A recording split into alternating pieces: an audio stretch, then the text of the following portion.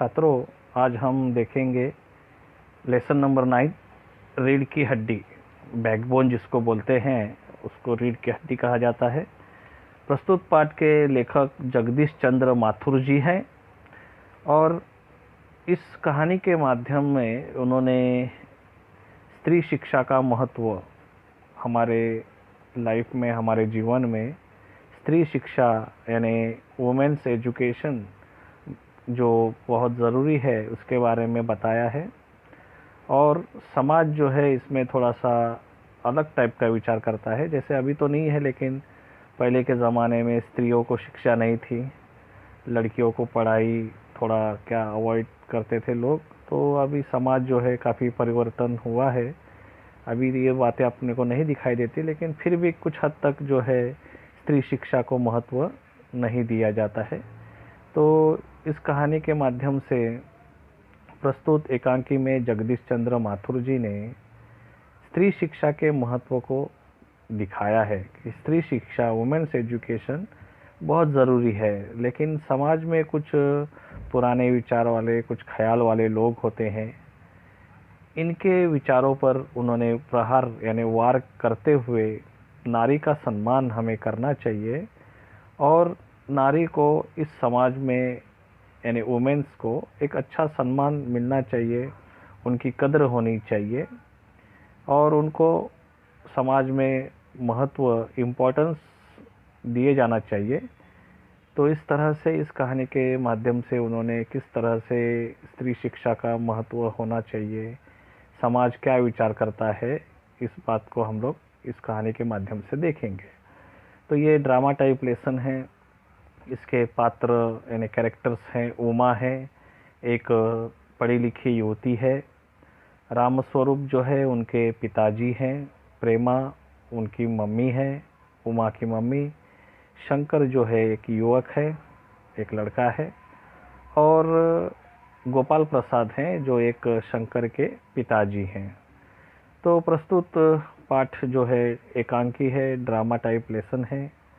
तो मैं पढ़ूंगा और आपको समझाऊंगा कि किस तरह से जगदीश चंद्र माथुर जी ने इस कहानी के माध्यम से स्त्री शिक्षा का महत्व और उस पर पुराने लोगों के ख्याल, जो समाज के दकियानूसी विचार यहाँ पर इस कहानी के माध्यम से हमें पता चलता है कि कुछ लोग स्त्रियों के शिक्षण को महत्व, इम्पोर्टेंस नहीं देते हैं और इसी विचारों पर उन्होंने कठोर जो है प्रहार किया है, मतलब वार किया है। उन्होंने इसका विरोध किया है। वार किया है इसका मतलब विरोध किया है। अब देखते हैं। तो रतन जो है एक रामस्वरूप का नौकर है। एक कमरा अंदर के दरवाजे से आते हुए जिन महाशय की पीठ नजर आ रही है वह आधे उम्र के हैं, आधे उम्र के। एक तख्त को पकड़े हुए कमरे में आते हैं। तख्त का दूसरा सिरा उनके नौकर ने पकड़ रखा है। तो रामस्वरूप है, उसे कहते हैं अबे धीरे चल, अब तख्त को उधर मोड़ दे। तख्त के रखे जाने की आवाज़ आती है और रतन कहता है बिछा दे साहब। रामस्वरूप कहता है जरा तेज आवाज़ में, और क्या करेगा, परमात्मा के यहाँ अकल बट रही थी तो तू देर से पहुँचा था क्या?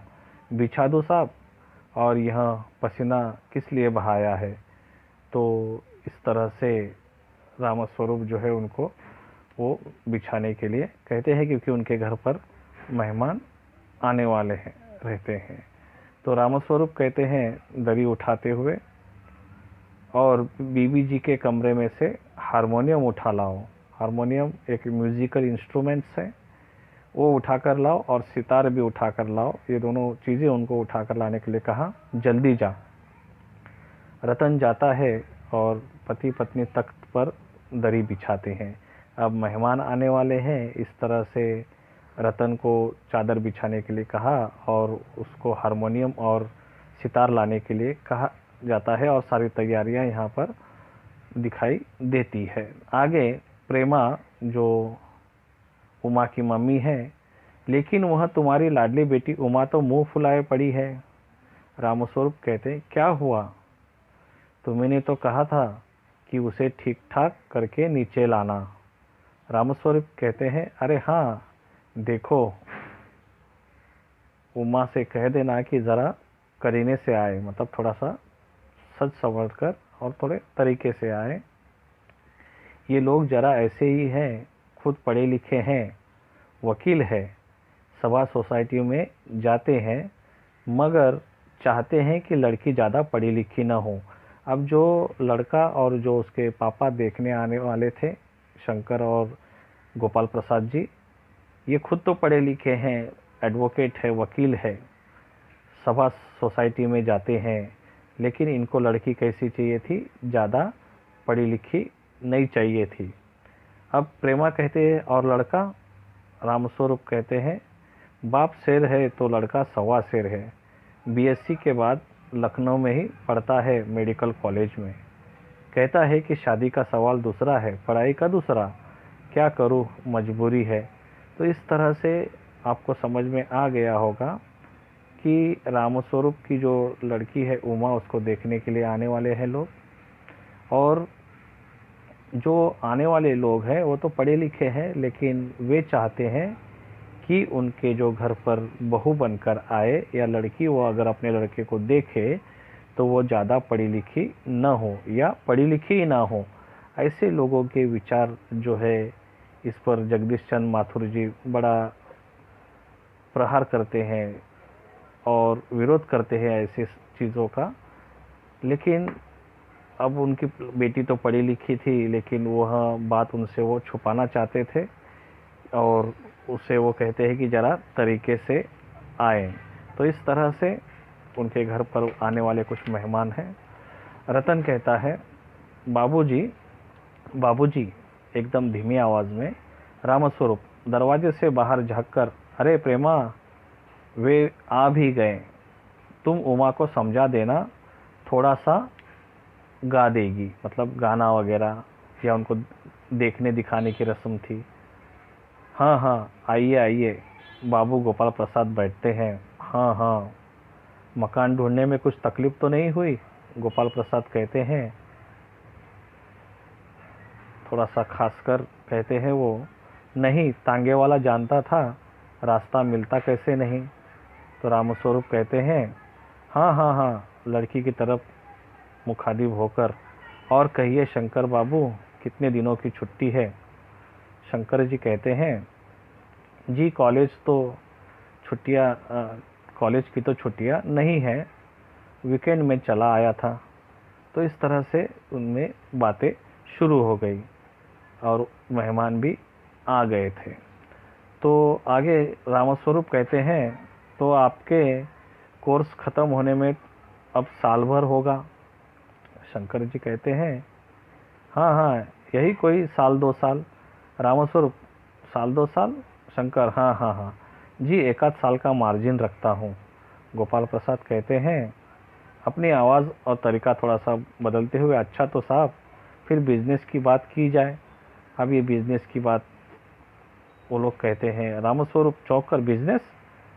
ओह अच्छा अच्छा, लेकिन ज़रा नाश्ता तो कर लीजिए। गोपाल प्रसाद, यह सब आप क्या तकल्लुफ़ करते हैं? तो अब ये बिजनेस यानी जो लेन देन की बातें हैं, ये बिजनेस इस वर्ड का यहाँ पर मीनिंग इस तरह से, जो शादी में लेने देने का जो मामला है, जिसको अपन दहेज के नाम से जानते हैं, तो इनमें ये बात भी होने लगी। तो उन्होंने कहा कि थोड़ा सा बिजनेस की भी बातें हो, लड़की देखने की रस्म हो जाए, थोड़ा बिजनेस की भी बातें करेंगे। तो सबसे पहले उनको थोड़ा सा नाश्ता वगैरह या थोड़ी फर्स्ट इंट्रोडक्शन जो अपन कहते हैं, आने के बाद मेहमानों को बैठना और उनसे हाल हवाल पूछना, तो इस तरह से शंकर से बातें की गई। और उन्होंने कहा कि अब मेरी पढ़ाई जारी है, और थोड़ा सा रामस्वरूप ने उनको नाश्ता करने के लिए कहा। और गोपाल प्रसाद कहते हैं कि थोड़ा सा अपने को क्या करना है, बिजनेस की भी बातें जो है यहाँ पर करना है। तो सबसे पहले वो आके बैठते हैं और इनकी फॉर्मेलिटी जो है यहाँ पर अपने को दिखाई देती है कि किस तरह से इन्होंने उनका आदरातिथ्य किया। मतलब मेहमान जब आते हैं तो थोड़ा सा हाल अहवाल पूछकर, थोड़ी सी जानकारी आपस में एक दूसरे को आदान प्रदान करते हुए उन्होंने उनको नाश्ता करने के लिए कह देते हैं। तो इस तरह से गोपाल प्रसाद जी, यह सब आप क्या तकलीफ़ करते हैं? रामस्वरूप, हाँ हाँ हाँ। तो यहाँ पर जो है बताया है कि किस बात की तकदीर है कि तशरीफ़ लाएं। तो गोपाल प्रसाद जी कहते हैं कि अपने लड़के से, क्या हुआ? शंकर कहते कुछ नहीं। तो उस तरह से आगे चलकर उन्होंने बातचीत होती है कि किस तरह से वे अपने बिजनेस की बातें या वो अभी तक की पढ़ाई के बारे में, नाश्ते का ऑफ़र, ये सब आप पेज नंबर 36 पर पढ़ सकते हैं। तो इस कहानी के माध्यम से हमें अभी तक तो पता चल गया कि आने वाले लोग जो है पढ़े लिखे हैं, लेकिन उनको बहू जो है, उनका मानना है, उनका विचार है कि बहू ज़्यादा पढ़ी लिखी ना हो। तो अब वो देखने तो आ गए हैं, तो यहाँ पर फॉर्मेलिटी जो है शुरू हो गई है। और यहाँ पर जो है उनको नाश्ता ऑफ़र किया गया और थोड़ा बिज़नेस, जैसे कि मैंने पहले बताया आपको कि बिज़नेस के जो बातें हैं लेन देन की, वो भी यहाँ पर हमें पढ़कर समझ में आ जाती है। तो इस तरह से अपने लड़के से यहाँ पे बात करते हुए वे कहते हैं, और आगे वे कहते हैं कि हाँ हाँ, तकल्लुफ़ किस बात का? यह तो मेरी बड़ी तकदीर है कि आप मेरे यहाँ तशरीफ़ लाए हैं। अंदर आ जाते हैं और बाद में अपने लड़के से क्या हुआ पूछते हैं।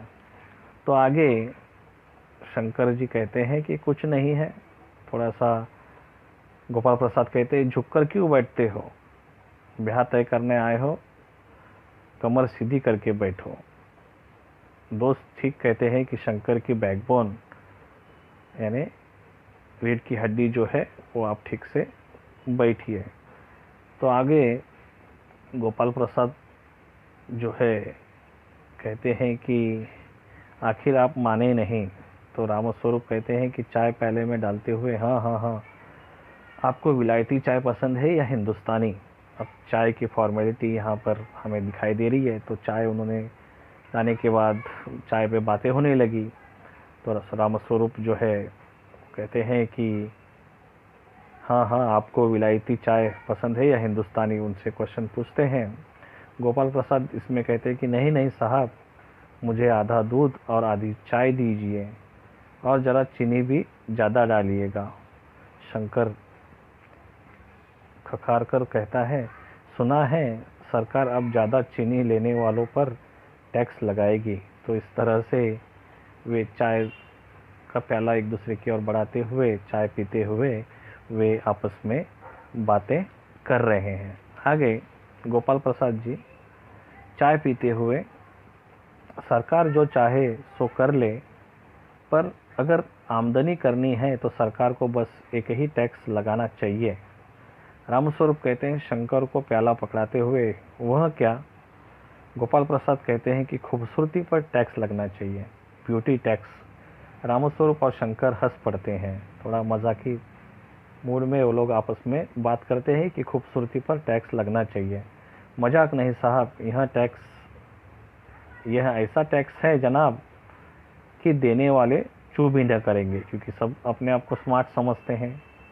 तो इसमें खूबसूरती पर अगर टैक्स लग जाए तो हो सकता है अपनी खूबसूरती बढ़ाने के लिए या बढ़ावा दिखाने के लिए लोग जो है बड़ी मात्रा में टैक्स भर सकते हैं। ऐसे विचार इनके समझ में आते हैं। जोर से हंसते हुए, वाह वाह, खूब सोचा आपने। वाकई आजकल खूबसूरती का सवाल भी बेढब हो गया है। हम लोगों के ज़माने में तो यह कभी उठता भी न था। तस्करी गोपाल की तरफ बढ़ाते हुए, एक प्लेट जो है बढ़ाते हुए कहते हैं गोपाल प्रसाद समोसा उठाते हुए, कभी नहीं साहब, कभी नहीं। रामस्वरूप शंकर की तरफ मुखातिब होकर, आपका क्या ख्याल है शंकर बाबू? शंकर जी कहते हैं, किस मामले में? रामस्वरूप, यदि कि शादी तय करने में खूबसूरती का हिस्सा कितना होना चाहिए?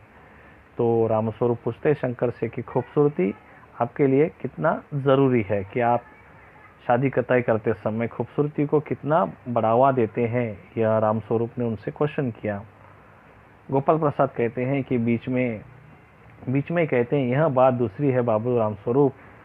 मैंने आपसे पहले भी कहा था, लड़की का खूबसूरत होना निहायत ज़रूरी है, और जायचा मतलब जन्म पत्र जिसको अपन कुंडली कहते हैं तो मिल ही गया होगा। रामस्वरूप जी, जायचा का मिलना क्या मुश्किल बात है, ठाकुर जी के चरणों में रख दिया, बस खुद ब खुद मिला हुआ समझिए। शंकर भी हंसता है, राम गोपाल भी गंभीर हो जाते हैं। गोपाल प्रसाद, लड़कियों को अधिक पढ़ाने की ज़रूरत नहीं है, सिलाई बुनाई कर ले बस। रामस्वरूप, हाँ हाँ। मेज को एक तरफ सरका देते हैं, फिर अंदर के दरवाजे की तरफ मुंह कर जरा जोर जोर से, अरे जरा पान भिजवा देना। उमा पान की तस्करी अपने पिता को देती है। उस समय उसका चेहरा ऊपर हो उठ जाता है और नाक पर रखा हुआ सुनहरी सिम वाला चश्मा दिखता है। बाप बेटे चौंक उठते हैं, क्योंकि आप देख रहे होंगे कि किस तरह से पुराने ख्यालात वाले लोग हैं, पढ़े लिखे हैं, अनपढ़ चाहिए उनको। उसके बाद में खूबसूरती पे किस तरह से इन्होंने बात कही है कि लड़की का खूबसूरत होना ज़रूरी है। उसके बाद लड़की के नाक पर चश्मा देखते हैं तो वो भी इनको अच्छा नहीं लगता है। तो इस तरह से पेज नंबर 37 तक ये वीडियो है। दूसरा वीडियो मैं अगले